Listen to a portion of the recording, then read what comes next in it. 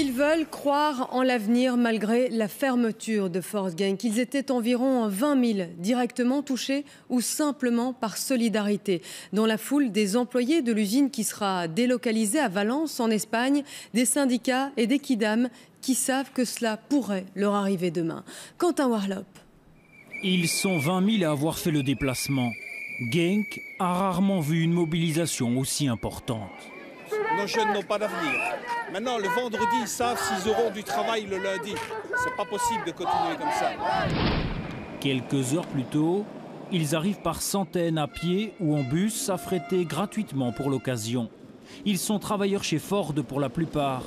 Raphaël y travaille depuis 35 ans.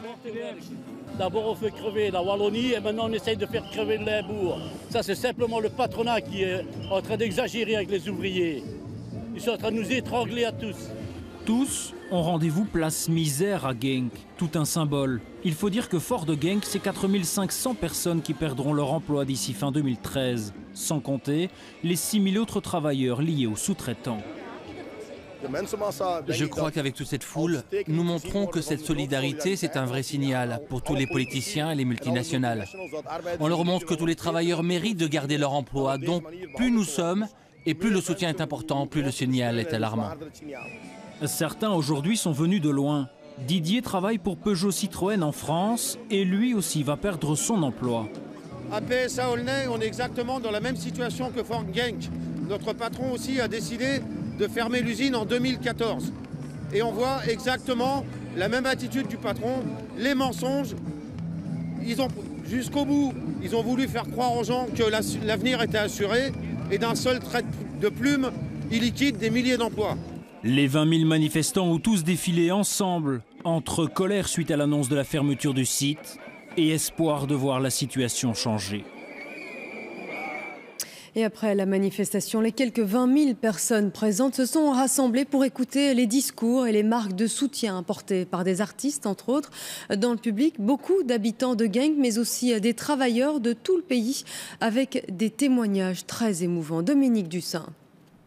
C'est très symboliquement sous les vestiges des mines limbourgeoises fermées au début des années 90 que le rassemblement de solidarité s'est tenu. Un grand concert avec des chanteurs, essentiellement limbourgeois. Les habitants de Genk sont venus nombreux. Il faut dire qu'ici, tout le monde est concerné de près ou de loin par la fermeture de Ford. gaat heel de regio treffen.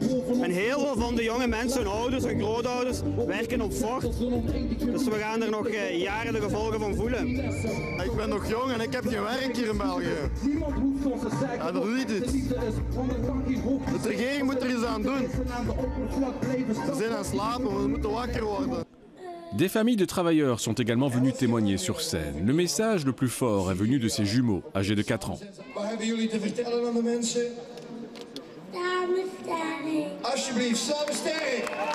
Les hommes politiques ont été interpellés sur scène, particulièrement visé le ministre des Pensions, Alexander De Croo, qui s'oppose au plan de prépension à 50 ans.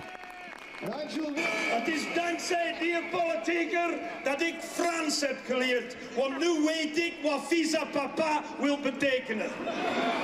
Les travailleurs d'Audi sont venus soutenir leurs collègues de Ford. Il faut dire que ce qui se passe ici leur rappelle les heures noires de VW Forêt. C'est le même combat, c'est le même scénario que nous on a vécu aussi. Et je dois dire que les gens de chez nous, chez Audi, sont très concernés avec les collègues de Ford, parce qu'ils voient de nouveau le film qui se tourne, qu'on a vu aussi en 2006. Assez étonnamment, un ancien candidat à l'élection présidentielle française était également présent. Il faut dire que l'élection passée, Philippe Poutou a repris son travail d'ouvrier chez Ford à Bordeaux.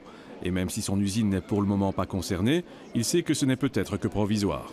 Les patrons, ils jouent là-dessus, ils essaient de diviser tout le monde, de faire croire qu'il y en a qui sauvent leur peau pendant que d'autres trinquent. Mais en réalité, tout le monde est en danger, tout le monde est menacé, et autant réagir de suite tous ensemble. C'est pour ça qu'il ne faut pas laisser Genk fermer. On le voit aujourd'hui à Genk, les manifestants étaient là pour soutenir les ouvriers de Ford, mais ils s'inquiétaient aussi pour leur propre avenir.